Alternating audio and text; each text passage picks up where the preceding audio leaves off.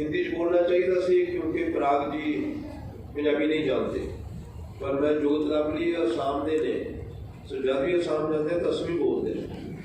तो जब हम आपके पास आएंगे तो असमी समझेंगे, आप हमारी पंजाबी समझेंगे। मेरे बहुत प्यारे दोस्तों, बड़ी खुशी का मकाम है कि असी अज इस मुकद्दस वेड़े रंगमंच लिए इकट्ठे होए हैं।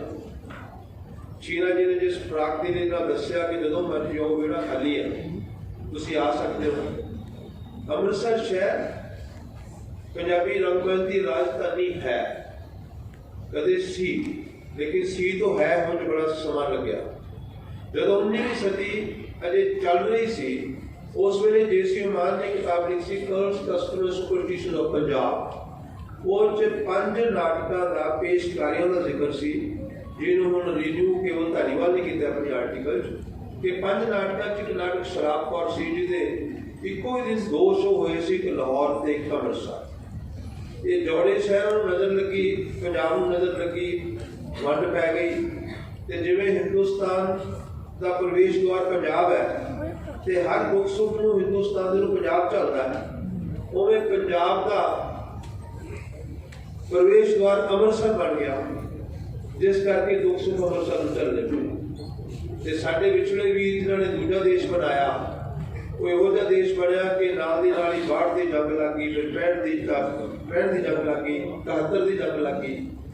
तो जिथे मोड़ी कट्टी गई सी मॉडर्न थिएटर की प्रीतनगर जिथे 1935 ਦੇ ਵਿੱਚ उमा भैन जी गिरफ्तार हुए सी बतौर एक्ट्रेस बाकियां दे नाल, उत्थे फिर रिवाइवल होते देर लगी।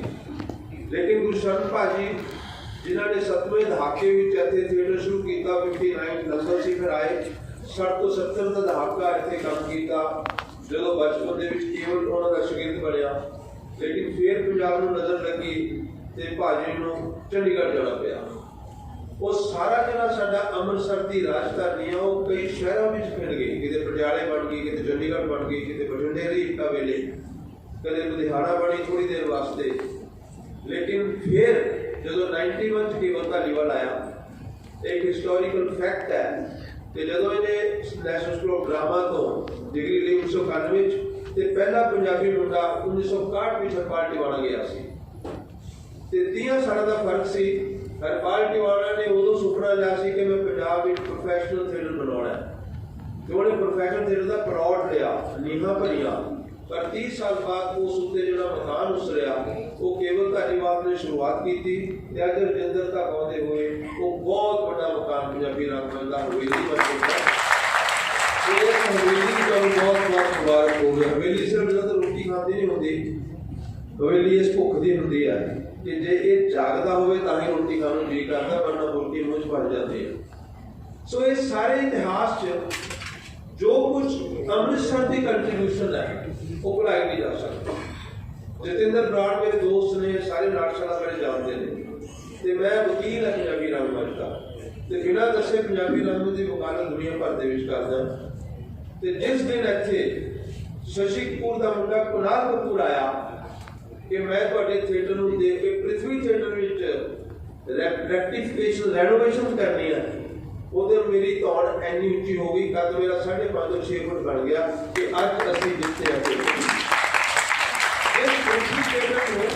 एक पंजाबी नौजवान ने शुरू किया, नवी पीढ़ी बहुत घट जानती होगी कि मॉडर्न इंडियन थिएटर जिहड़ा नैशनल स्कूल ऑफ ड्रामा चलाउंदा है, मॉडर्न इंडियन थिएटर को शुरू करने वाला एक पंजाबी मुंडा सी जिसका नाम सी पृथ्वीराज कपूर।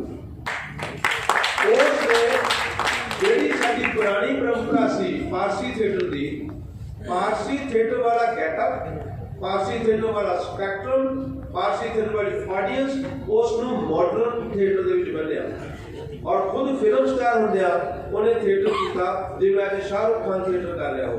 और बहुत बड़ी हिस्टरी है, उन्होंने जीवनी लिखी योगराज टंडन ने, उन्होंने बचपन के दोस्त का बेटा, वो मैं पंजाबी च अनुवाद करता, मैं शर्फ हासिल होया। तो योगराज जी ने नाम रखा सी थिएटर के सरताज पृथ्वीराज। हम तो इतने सोहनी बन गई फिर तो थिएटर के सरताज पृथ्वीराज, पर पृथ्वीराज का नाम तो रह गया। तो जे मैं पंजाबी मुंडे की जीवनी पंजाबी च अनुवाद करनी सी, फिर मैं नाम बढ़ाना सी, फिर मैं नाम रखा रंगमंच का कोहिनूर पृथ्वीराज कपूर, क्योंकि हिंदुस्तान के रंगमंच का कोहिनूर पंजाबी है।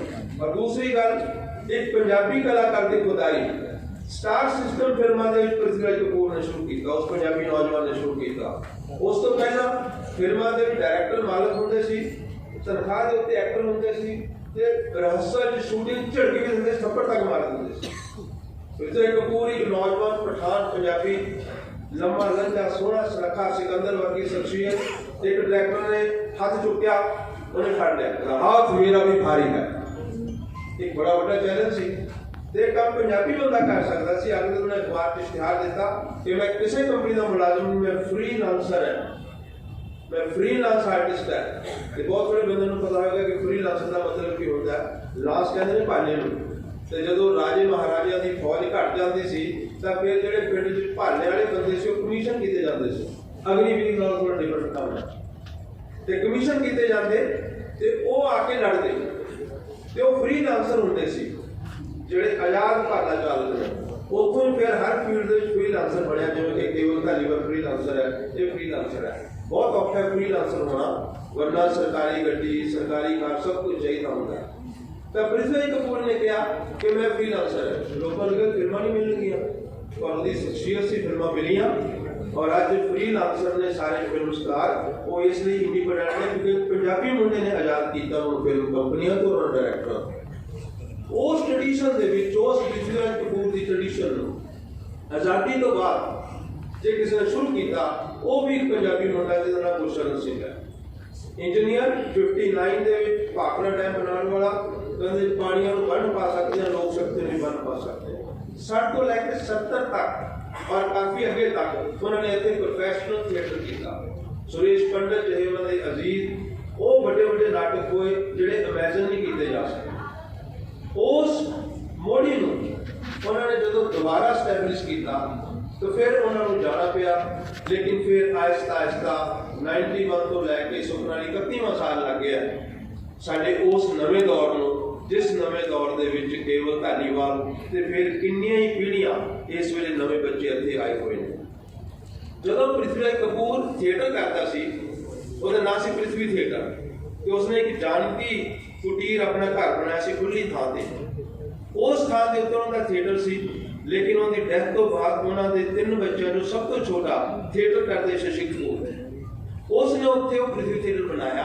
मैं खुद उत्थे जाके थिएटर देखा तो हिंदुस्तान दे विच अज जे कोई नवा director Prithvi theatre they which play करे तो यह टैग है कि हाँ डायरैक्टर हैगा, ते पंजाब दे विच कोई पंजाब नाटशाला च आके प्ले करे टैग है ये नाटक है। वो पृथ्वी थिएटर का संचालन जदों इत्थे आउंदा है कि असीं रैक्टिफिकेशन करनी है तो साडा सिर धौन नाल उच्चा हो जाता है। और अज धौन नाल सिर इसलिए उच्चा होया कि भरंगम सारे जानते हैं। पूरे 1 महीने का थिएटर फैसटिवल NSD दे विच हुंदा वो देखना ही बड़ी वड्डी गल है, लेकिन अमृत महोत्सव के बहाने जिसने भी फैसला किया वो 30 दिन 6 शहरों च वंड दिते, 5-5 दिन तो 6 हिंदुस्तान के शहरों अमृतसर साडा शहर शामिल है। अज अमृतसर सिर्फ पंजाब के राजमाज की राजधानी नहीं बल्कि साडियां सारियां स्टेटां दे विचों 5 जिहड़े मीट्रोपोलिटन सिटी गिने गए ਉਹਦੇ ਵਿੱਚ 6वां मीट्रोपोलिटन है। तो गल मैं मुकानी तां ही क्योंकि नाटक देखना है कि जिस वेले अंग्रेज़ां ने यूनिवर्सिटियां बनाईयां 19वीं सदी 4 यूनिवर्सिटियां बनाईयां गईयां। उन्होंने 4 शहर चुने यूनिवर्सिटियां बनाने लई। एक यूनिवर्सिटी बनाई Bombay university Bombay, Madras university Madras, Calcutta university Calcutta. Calcutta उन्होंने सब तो बाद बनी 3जे नंबर से बनी। 1875 च महिंद्रा कॉलेज पटियाले बनया जो पंजाब का सब तो पुराना कॉलेज है, तो कैलकटा यूनिवर्सिटी नाल जुड़ा हुआ सी। पर एक चौथी यूनिवर्सिटी बनाई उन्होंने वो सी 1892 विच पंजाब यूनिवर्सिटी लाहौर। और इन ध्यान नाल गौर करो कि Calcutta university Calcutta, Bombay university Bombay, Madras university Madras, पर पंजाब यूनिवर्सिटी लाहौर। लाहौर एक मीट्रोपोलिटन सिटी सी, उदों दिल्ली मीट्रोपोलिटन नहीं सी। 1912 तक दिल्ली पंजाब का हिस्सा रहा। वो लाहौर साडी विरासत सी जिहड़ी सातों गुम गई। अंग्रेज़ों ने ठगी की कि कल्चर की राजधानी पंजाबियों तो खोली ते बिजनेस की राजधानी बंगालियों तो खोली, क्योंकि बंगाली ते पंजाबी दोनों शरारती बच्चे सी, दोवें जाति लैके आए सी, उन्हां दोवां नूं भन्नना सी। सो ढाका उधर गया, लाहौर उधर गया, वो पैसे पक्कों कमजोर हो गए सी, कल्चर पक्कों कमजोर हो गए। पर ऐसी कोई गल नहीं, असीं सारा कुछ खिंच जाता। अज अमृतसर लाहौर के नाल बराबर मेचदा है। अज जो केवल उधर प्ले करके जाता है, बाकी सारे रंगकर्मी जाते हैं। तो लाहौर ते पाकिस्तान अमृतसर के जिन्नियां मर्जी हद्दां होण सरहदां होण, पर पंछियों की कोई हद नहीं होंदी, पानियों की कोई हद नहीं होंदी, हवाओं की कोई हद नहीं होंदी, थिएटर की भी कोई हद नहीं होंदी। Thank you very much. राष्ट्रीय नाट्य विद्यालय के रजिस्ट्रार डॉक्टर ज्वाला प्रसाद जी हमारे बीच पहुंच चुके हैं। कृपया मंच पर आकर अपना को सत श्री अकाल। और इस बार जो 75वें आज़ादी के अमृत महोत्सव के उपलक्ष्य में भारत रंग महोत्सव देश के विभिन्न राज्यों में आयोजित हो रहा है, तो यदि अमृतसर जो कहीं न कहीं आज़ादी के योगदान में पंजाब का, भारत माता के वीर सपूतों का जितना योगदान पंजाब से है, सब जगह से है, लेकिन पंजाब से जितना है, इसलिए हम लोगों ने सोचा कि एक इस श्रृंखला का आयोजन अमृतसर में जरूर हो।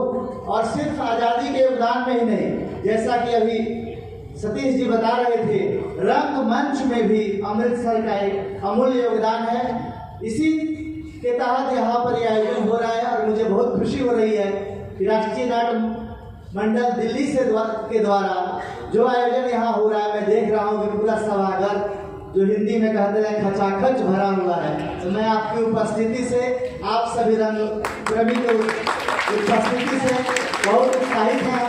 हम लोग प्रयास करेंगे भविष्य में भी राष्ट्रीय नाट्य विद्यालय और यहाँ के स्थानीय कॉलेज प्रबंधन के द्वारा कोई सामंजस्य स्थापित करके कोई कोलैबोरेशन करेंगे, इस तरह से कुछ नाट्य पे, थिएटर पे, एक्टिंग पे कुछ आगे करने का हम लोग प्रयास करेंगे। बहुत बहुत धन्यवाद। अब मैं राष्ट्रीय नाट्य विद्यालय के स्नातक इस महोत्सव के अमृतसर के इंचार्ज श्री राजेंद्र सिंह जी से अनुरोध करती हूँ कि वो धन्यवाद प्रस्ताव करें। पिछली गल करिए, मैं स्वागत करता हूँ कुलदीप देव जी का, वो साढ़े विच मौजूद थे, और साढ़े विच रंगकर्मी ने और साढ़े डायरेक्टर ने उन्होंने भी धन्यवाद करते हैं। वो लगातार आ रहे ने मेरा फेस्टिवल देखने। सरदार जतिंदर सिंह बराड़ जी का भी धन्यवाद करता है और श्री कमल चंद्र जी भी आए ने, उन्होंने भी शुक्रिया करता है और तुहाडा सब का भी बहुत बहुत शुक्रिया दर्शकों का, और बहुत बड़ा शुक्रिया राष्ट्रीय नाट्य विद्यालय का, जिन्हें उन्होंने 6 स्टेट्स के विच पंजाब को रखा और पंजाब के विचों भी अमृतसर को रखा। इसका कारण सिर्फ यही है कि साढ़े जोड़े बोर्ड ने, साढ़े बोर्ड मतलब साढ़े रंगमंच के बोर्ड जोड़े ने, श्री केवल धालीवाल जी और सतीश कुमार वर्मा जी, और मैं समझता है कि इन्ना रंगमंच अमृतसर के हो रहा है। सरदार जतिंदर सिंह बराड़ जी इन्ना ज़्यादा रंगमंच हो रहा है कि मैं लगता है कि लोगों को मजबूर होना पैंदा है कि अमृतसर को छड़ नहीं सकते, भूल नहीं सकते, और असं हले छोटे छोटे पौधे हैं। साड़ी खुशकिस्मती ये है कि साढ़े जो बोर्ड ने वो साढ़े बोर्ड ने सानू छावां देते हैं और उस छां के असीं भी वध जुड़ रहे हैं और एक दूजे जिहड़े महोत्सव हो रहे हैं उन्होंने वध चढ़ के योगदान दे रहे हैं। एजुकेशन के मामले में मेरे ख्याल सरदार राजेंद्र मोहन सिंह जीना जी एक तरह का बोर्ड है और मैं बहुत छोटा जहा पौधा है, मैं उससे एक इंस्टीट्यूट उससे एक गवर्निंग काउंसिल का मतलब एक छोटा जहा प्रोडक्ट है। बट मैं सानू दस रहा सीगा कि असी खालसा कॉलेज जो पढ़ते सीगे ये मतलब खालसा कॉलेज के सारे टीचर्स गवाह ने कि असी किसी को कंगड़ नहीं सी दिंदे एक्टिविटी के भंगड़े के पहली बारी जिहड़ा सीगा वो साडा मतलब पंजाब तो पहली बारी अमृतसर फर्स्ट आया सीगा और वो फर्स्ट पोजीशन में आउट होया सी वो इस बात एक बड़ी बड़ी भंगड़े च फर्स्ट पोजीशन लियांदी, बड़ी बड़ी बेस्ट एक्टर भी आए हैं, बड़ी बड़ी। सो मेरे कहने का मतलब ये है कि साडे कोल वो जिहड़ी एक छां जिहड़ी उपलब्ध सीगी और उस छां ने साडा विजन बनाया। एजुकेशन के मामले खालसा कॉलेज खुलियां ग्राउंड्स पूरे प्यारे टीचर जिन्होंने मैंने बहुत खूबसूरती और बहुत प्यार नाल पालिया पोसिया उसमें बच्चे और मेरा कॉन्फिडेंस इतना ज़्यादा बढ़ चुका सीगा उस वेले कि मैंने सीखा कि मैं दुनिया फतेह कर सकता है कोई चीज़, और वो कॉन्फिडेंस फिर आगे जाके जो असी फेस्टिवल पाजी हुई जो जिदा मैं फेस्टिवल एक हिस्सा बने पाजी उन्होंने बहुत सारे नेशनल फेस्टिवल किए अपने सर और वो खूबसूरत थिएटर देखने का सानू मौका मिला बचपन च साडियां अखां खुल गईयां कि इन्ना अगे असीं जा सकते हैं वध सकते हैं मैं भी बहुत ऐसा नहीं लेना चाहता थोड़ा सब तक एक नाटक तैयार है और असं सारे नाटक देखते हैं मैं बहुत ज़्यादा शुक्रगुजार हाँ मतलब रजिस्ट्रार साहब जोड़े ने वो इतने स्पैशली पहुँचे ने डॉक्टर ज्वाला प्रसाद जी और पराग शर्मा जी पिछले 5 दिनों तो साढ़े नाल पूरी भागदौड़ कर रहे हैं मैं बहुत ज़्यादा शुक्रगुजार है Indian academy of fine art का सरदार शिवदेव सिंह जी पिछले 4 दिनों को लगातार साढ़े नाल भागदौड़ कर रहे थे हर मुसीबत हर दिक्कत हर परेशानी को सॉल्व करने की साढ़े नाल पूरा सहयोग दिता और उसको थोड़े जो बीमार होकर लिखा गए तो चमक जी आगे चमक जी कनेडा गए चमक जी ने हमने मतलब इट्स लाइक दैट कि सानू किते भी कोई गैप नहीं होया ना पे आगे और इन्होंने भी आगे बहुत सहयोग दिता I am very thankful to Indian academy of fine art और I am very thankful to my people 15